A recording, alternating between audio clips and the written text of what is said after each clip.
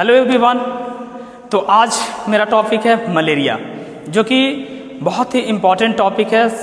इसके बारे में सबको जानना बहुत ज़रूरी है, ये होता क्या है। और आजकल का जो सीज़न चल रहा है, अभी का जो सीज़न चल रहा है, इसमें बहुत ज़्यादा जो मच्छर वगैरह हैं प्रोड्यूस हो रहे हैं, उत्पन्न हो रहे हैं।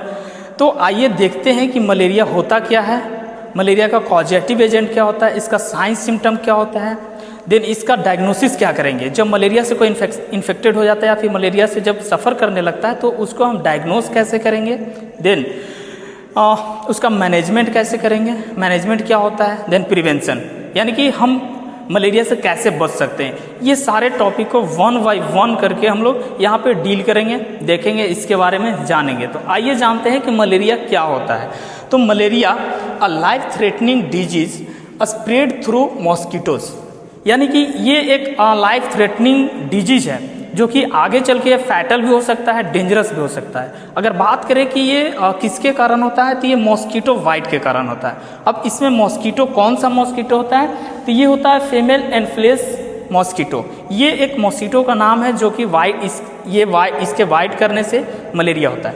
सेकेंड अगर बात करें कॉजेटिव एजेंट के, तो कॉजेटिव एजेंट में आ जाता है प्लाज्मोडियम पैरासाइट्स।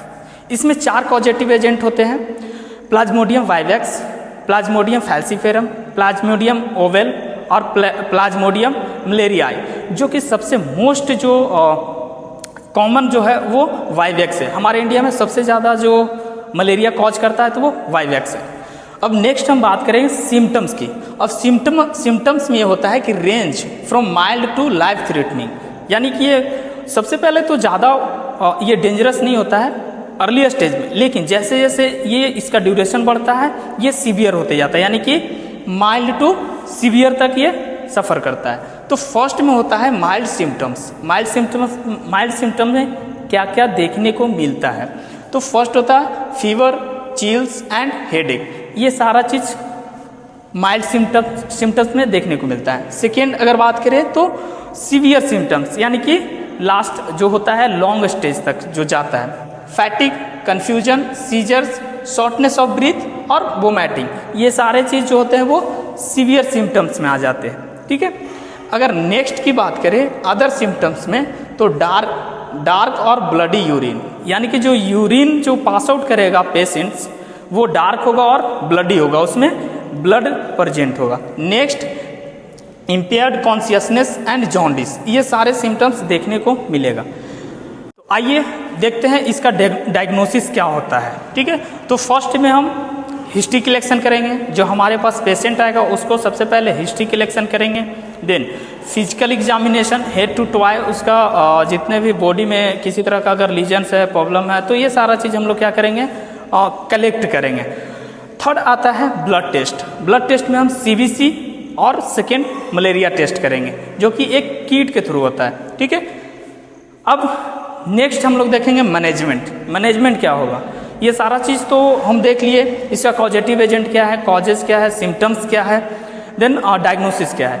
अब हम कंफर्म हो चुके हैं कि मलेरिया से सफ़र कर रहा है, तो मलेरिया के लिए हम क्या क्या मैनेजमेंट कर सकते हैं। तो इसमें anti malaria drug and supportive medical care for physical by, यानी कि कहने का मतलब ये है कि जो मलेरिया से सफ़र कर रहा है उसको एंटी मलेरिया ड्रग देंगे जो क्लोरोक्विन फॉस्फेट होता है, और ये ड्रग ऑफ चॉइस होता है।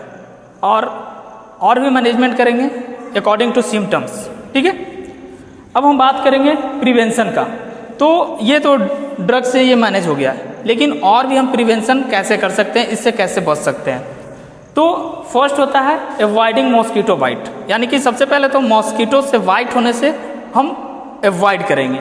सेकेंड आता है use mosquitoes net while sleeping, यानी कि जब हम सोते हैं उस समय मॉस्किटो नेट का यूज करना है। थर्ड आता है यूज मॉस्किटोज रिप्लांट्स। ठीक है।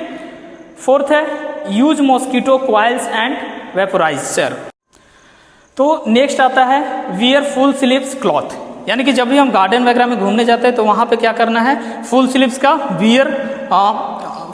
क्लॉथ वियर करना है। ठीक है।